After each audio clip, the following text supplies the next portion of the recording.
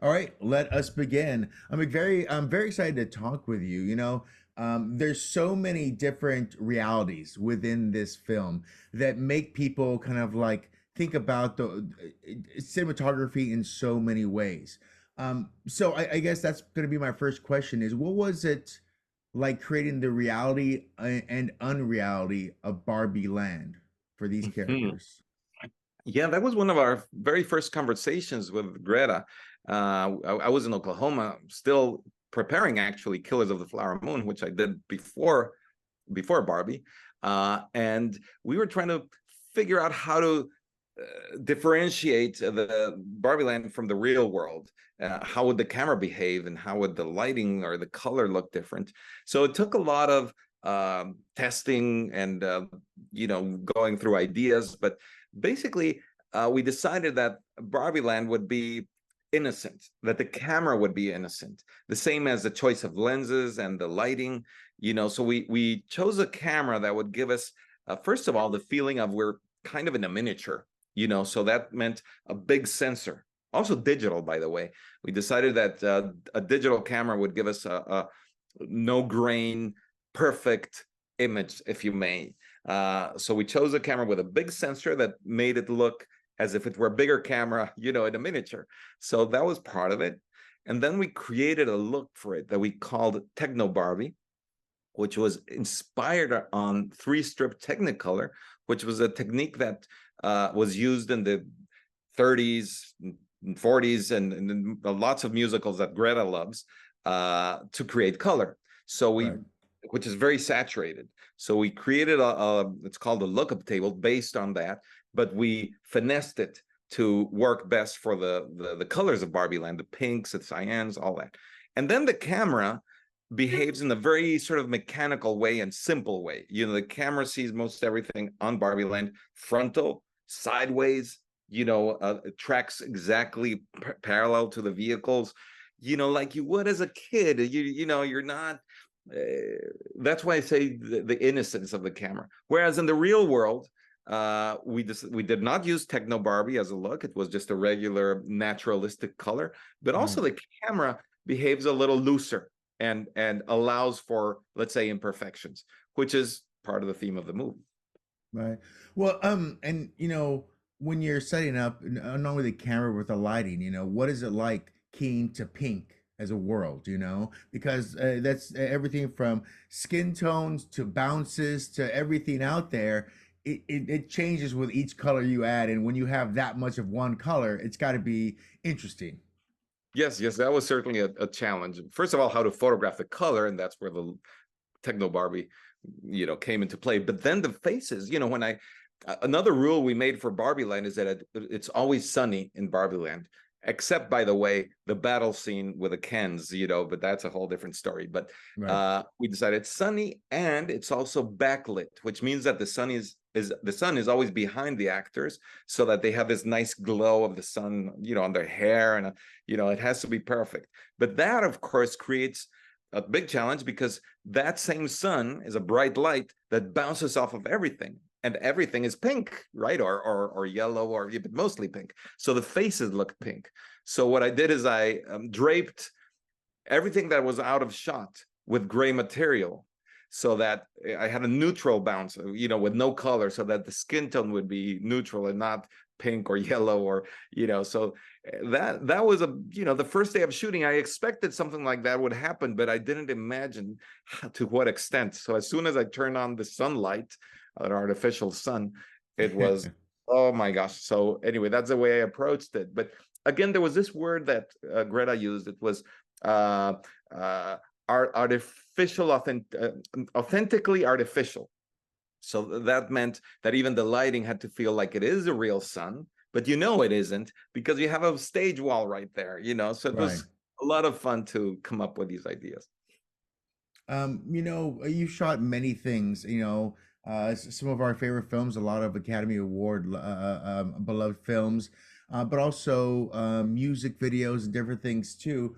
But in this one, we kind of reach back a lot to the days of yore with like you know the old huge stage lots. You know, the Wizard of Oz is the huge cacophony. Like, how did you shoot that all? Was that a process? Because you go from dance scene to you know, action scene to a couple different shots here and there, and into music videos as well. So, what was it like on a stage like that with that many characters being involved? Yes, yes, it's true. We saw several movies as references. Most of them, like, yes, indeed, The Wizard of Oz, Singing in the Rain, movies like that. The Umbrellas of Cherbourg, that was a big reference in terms of lighting, for example. But also, you know, there's influences like Stanley Kubrick, not only 2001, which is obviously the reference of the beginning scene with the little girls, you know, breaking their dolls, which in Kubrick's movie it's bones, right? But also even The Shining. You wouldn't believe that The Shining is a reference for us. You know, there's a lot of shots in The Shining that are big, wide, again, very sort of design shots that are symmetrical, or you know, the camera tracks sideways. It's a language that we also used on Barbie Land, a little bit inspired on a horror movie, you know. So I think that, or even there was another inspiration that was Mystery Train, Jim Jarmusch, movie that happens in Memphis. So with these tracking shots with the tourists, you know, so you take ideas from, you steal a little bit from everywhere and you mishmash them, and then you bring your own stuff, and maybe even my own background. You know, in fact, there is this particular shade of pink called Rosa Mexicano, or Mexican Hmm. pink, that I was adamant that we had to have in the movie. And so I mentioned this color to Greta and Sarah Greenwood, the production designer, and they said, "Yeah, we do have it. Look, it's here." And I was like, "Yeah, that's it. That's Mexican pink." So anyway, we all bring a little Well, bit in. I grew up in a Latin house, so I just call it pink cookie, is what I call it. Pink cookie. You know Very what good. cookie I'm talking about. Oh, yes, I do. The sugar, yes. Now, we're talking, of course, you know, about being in a critical eye as well. And there's so many things that every person who's part of a film stamps on there. Is there something that you stamped on this film, or something you kind of slid in a little bit to? You know, there's a lot of times I talk to directors and cinematographers and I ask, what was the thing that you thought, when we get this, we've got it. We've got a film. We've got a film shot. Do you know what that was for you, or that thing where you were like, "This, I feels like it's 100% mine now." To like, this is the thing I was worried about. Well, yes, I think it was two things, and I mentioned before this idea of the being kind of in a miniature, but you're not. So the choosing of that camera was a it was a called Alexa 65. That was an important element. But then also this idea of the camera being mechanical and doing the same thing every day, because every day is perfect. So the camera follows a routine that Barbie every day. She wakes up, she stretches, it's beautiful. She says hi to her friends, and the camera then follows her from the fridge to, you know, everything is the same. Every day is perfect, right? So why change something that's perfect? But the camera, and this is something that came up, you know, because I suggested this idea, right? So then we took it further and said, okay, so the camera is always perfect, but then Barbie is not perfect. The camera doesn't know that, right? So for example, there's the shot when she, you know, comes off of her roof and is placed on her car, but then when things are malfunctioning, she falls. So what we decided, because of this concept that I had proposed of the perfect camera, is that she'll just drop out of frame. You see what I mean? So it became the camera participated in the joke of the film, and that was very satisfying for me. And when that worked, when the gag worked and it was funny, I said, all right, I'm glad I did this film. And, you know, for many other reasons, but, you know, I brought this idea and there it is, and it's funny, and it, you know, so it was very satisfying. So, I have to let you go in a second here, but before I have just asked the question. Of course, you came off of Killers of the Flower Moon into Barbie. Did you Mm-hmm. ever think about, not taking that to that, and not taking that film to this in any way, but what do you think would have changed, or if there's anything within you would have changed if you had done Barbie first and then gone to Killers after in a reverse order? Well, hard to know, but there is one thing that I used from the tests and research I did on Killers of the Flower Moon that I applied to Barbie, which was we talked about the techno Barbie, this look that we gave it, which is like a digital filter, if you may.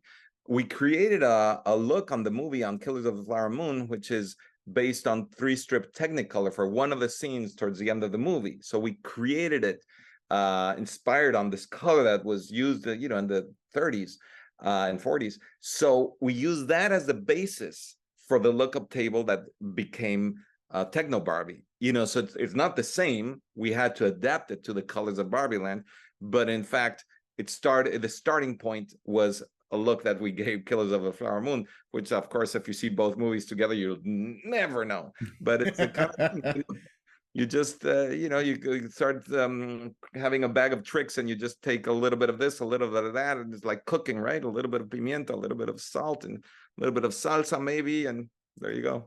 There you go. Well, it all comes together great. I do want to ask though, when it came to Barbie Land, is there anything that, it was such an inventive, imaginative place. But was there anything that you had to change because it wasn't camera friendly, or something that was a little harder to kind of create in a way that you wanted to create? I mean, it could be anywhere from the pink being a certain matte to being certain things that were in the way or just didn't feel right or capture right in the distance. Well, it's funny, but I've always found that there are certain limitations that I try to, instead of changing it and forcing my view, or making the art department team adapt to what I need as a cinematographer, I try to see what's there and figure out within that what can I do. And sometimes that stretches my creativity, because then I am the one who's forced to find a different way, and I've always found that creates something surprising for me. Of course, if there's something specific that's actually a real problem, then I'll change